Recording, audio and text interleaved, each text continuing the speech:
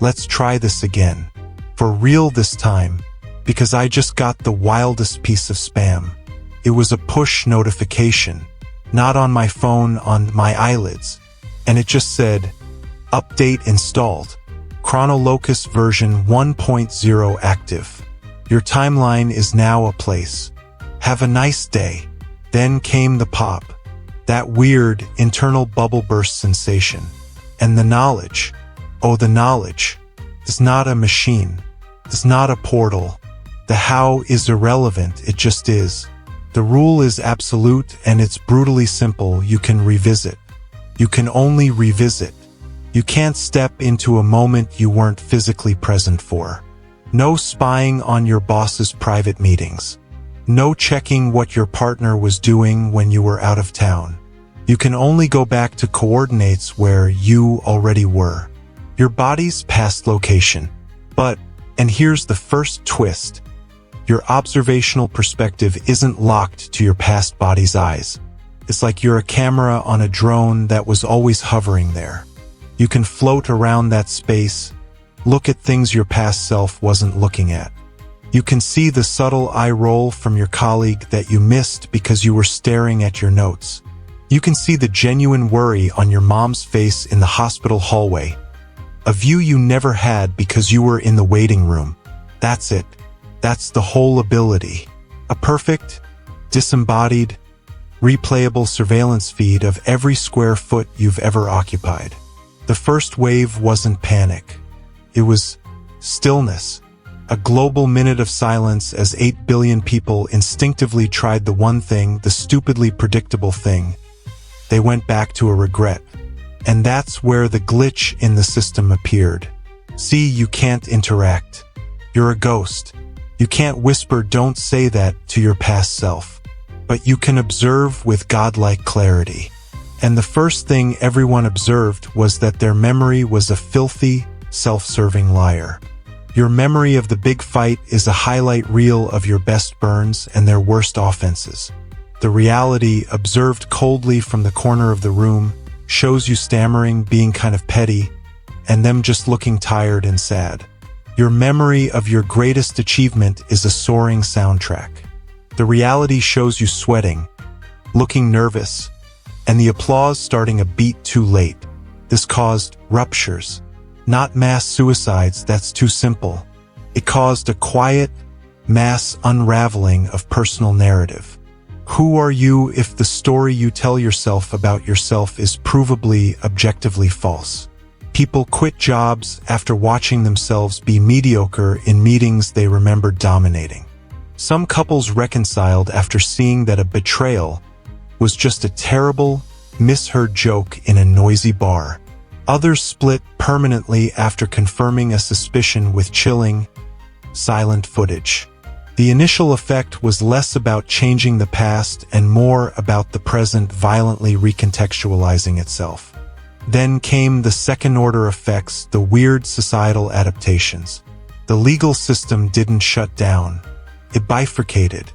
For any case where the parties had shared physical space, a car accident, an alleged assault, a contract signing, it became trivial. Your Honor, I invoke temporal review.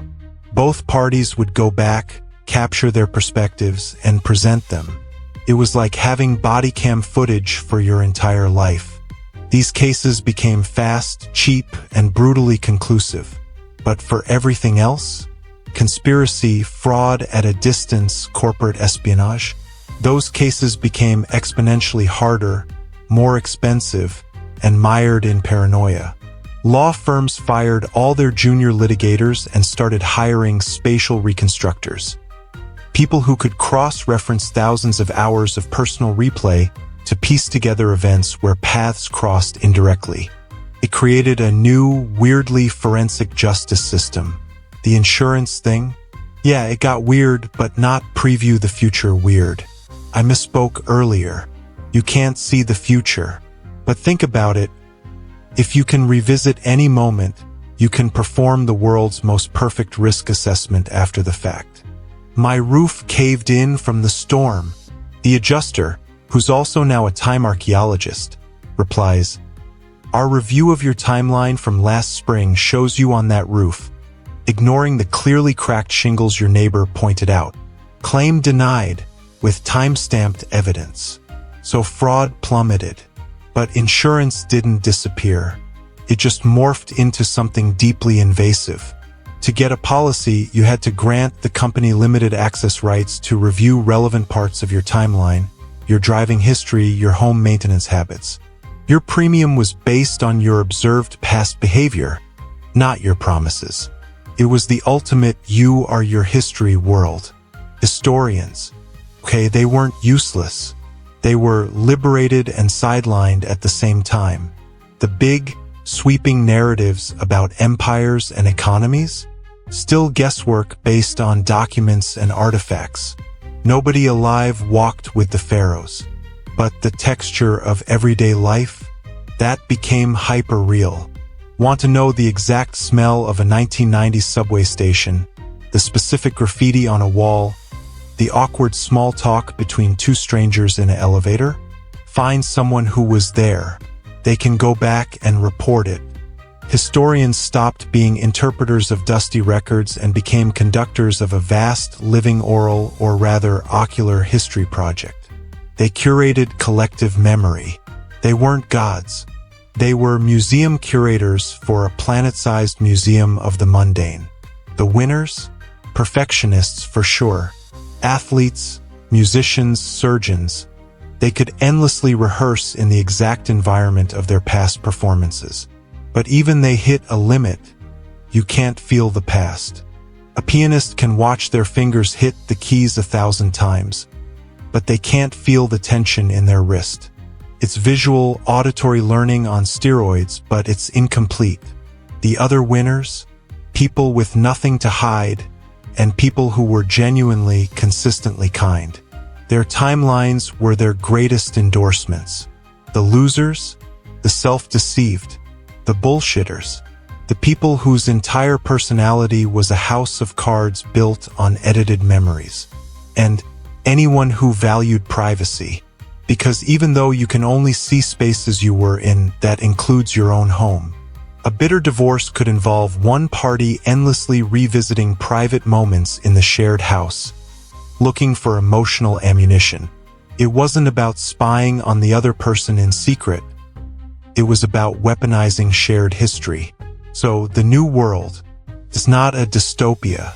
It's a mundanitopia, a world of settled scores and paralyzing clarity.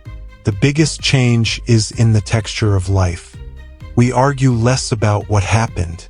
We argue more about what it meant now that we have the raw footage. Conversation got heavier, more philosophical.